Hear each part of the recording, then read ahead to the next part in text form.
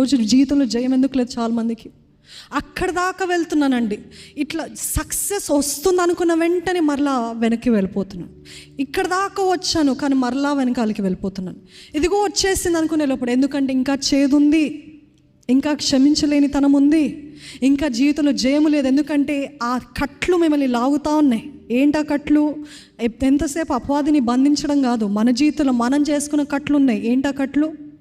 ఈ క్షమించలేని తనం, ఈ చేదు, ఈ పాపము, ఈ దృశ్యము, ఇవన్నీ అక్కడ దాకా వెళ్ళి రాలేకపోతున్నారు, అక్కడ దాకా వెళ్ళి జయించలేకపోతున్నారు.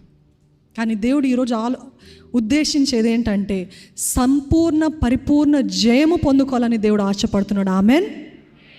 కట్లు తెంపుకోవాలి, గాయాలు దులుపుకోవాలి, గాయము ఫీల్ అవ్వద్దు, వదిలిపెట్టాలి. కొన్ని it will take time to heal. I'm not ignorant of some wounds. చిన్నప్పుడు మన చైల్డ్హుడ్లో జరిగిన గాయాలు మనల్ని ఎంతగానో బాధపడతాయి. I'm not saying that. కానీ ఇంకెన్ని సంవత్సరాలు దాన్ని పట్టుకొని కూర్చుంటారు, ఇంకెంతకాలము దానిపైనే ధ్యానిస్తూ దాన్ని బట్టే విచారిస్తూ ఉంటారు.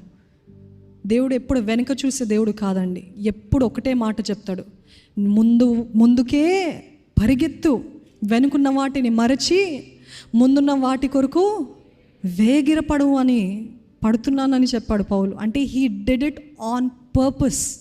అది స్వతహాగా రాలేదు, స్వభావంలో రాలేదు. ఆయన కావాలని వెనుకున్న వాటిని కావాలని మర్చిపోయాడంట.